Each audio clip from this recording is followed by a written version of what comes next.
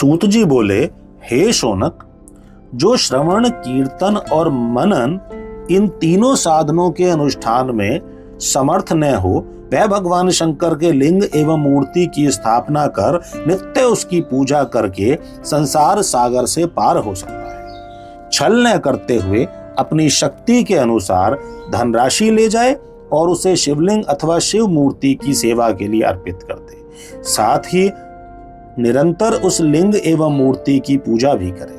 उसके लिए भक्ति भाव से मंडप, गोपुर, तीर्थ, मठ एवं क्षेत्र की स्थापना करे तथा उत्सव करे और वस्त्र, गंध, पुष्प, धूप, दीप तथा मालपुआ आदि व्यंजनों से युक्त भांति भांति के भक्ष्य भोजन अन्य नैवेद्य के रूप में समर्पित करे। छत्र, ध्वजा, व्यजन, चामर तथा अन्य अंगों सहित राजोपचार की भांति सब वस्तुएं भगवान शिव के लिंग एवं मूर्ति पर चढ़ाए। प्रदक्षिणा, नमस्कार तथा यथाशक्ति जप करे। आवाहन से लेकर विसर्जन तक सारा कार्य प्रतिदिन भक्ति भाव से संपन्न करे। इस प्रकार शिवलिंग अथवा शिव मूर्ति में भगवान शंकर की पूजा करने वाला पुरुष श्रवण आदि साधनों का अनुष्ठान न करे तो भी भगवान शिव की प्रसन्नता से सिद्धि प्राप्त कर लेता है। पहले के बहुत से महात्मा पुरुष लिंग तथा शिव मूर्ति की पूजा करने मात्र से भव बंधन से मुक्त हो चुके हैं। ऋषिगण बोले, मूर्ति में ही सर्वत्र देवताओं की पूजा होती है, परंतु भगवान शिव की पूजा सब जगह मूर्ति में और लिंग में भी क्यों की जाती है? सूत जी बोले, हे मुनीश्वरों, आप लोगों का यह प्रश्न तो बड़ा ही पवित्र और अत्यंत अद्भुत है। इस विषय में महादेव जी ही वक्ता हो सकते हैं। कोई पुरुष कभी और कहीं भी इसका यथार्थ प्रतिपादन नहीं कर सकता। इस विषय में भगवान शिव ने जो कुछ कहा है और उसे मैंने गुरु जी के मुख से जिस प्रकार सुना है उसी तरह क्रमशः वर्णन करूंगा। एकमात्र भगवान शिव ही ब्रह्म रूप होने के कारण निष्कल निराकार कहे गए हैं। रूपवान होने के कारण उन्हें सकल भी कहा गया है, इसलिए वे सकल और निष्कल दोनों हैं। शिव के निष्कल निराकार होने के कारण ही उनकी पूजा का आधारभूत लिंग भी निराकार ही प्राप्त हुआ है, अर्थात शिवलिंग शिव के निराकार स्वरूप का प्रतीक है।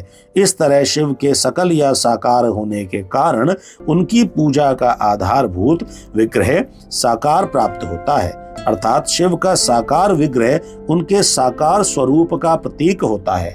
सकल और अकल रूप होने से ही वे ब्रह्म शब्द कहे जाने वाले परमात्मा हैं। यही कारण है कि सब लोग लिंग यानी कि निराकार और मूर्ति साकार दोनों में ही सदा भगवान शिव की पूजा करते हैं। शिव से भिन्न जो देवता हैं वे साक्षात ब्रह्म नहीं हैं, इसलिए कहीं भी उनके लिए निराकार लिंग नहीं उपलब्ध होता है।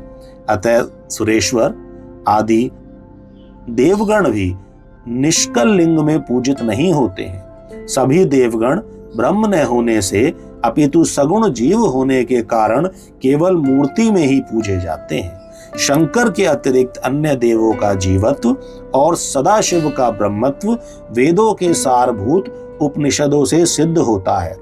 वहां प्रणव के तत्व रूप से भगवान शिव का ही प्रतिपादन किया गया है। इसी प्रकार पूर्व में मंदराचल पर्वत पर ज्ञानवान ब्रह्मपुत्र सनत कुमार मुनि ने नंदीकेश्वर से प्रश्न किया था।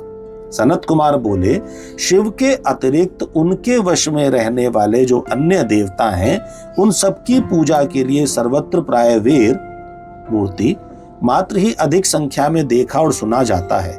केवल भगवान शिव की ही पूजा में लिंग और वेर दोनों का उपयोग देखने में आता है।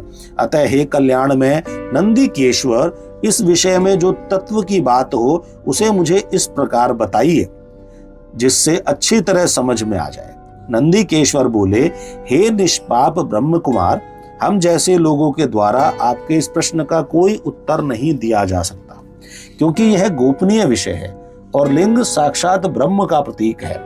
इस विषय में भगवान शिव ने जो कुछ बताया है उसे मैं आप शिव भक्त के समक्ष कहता हूं।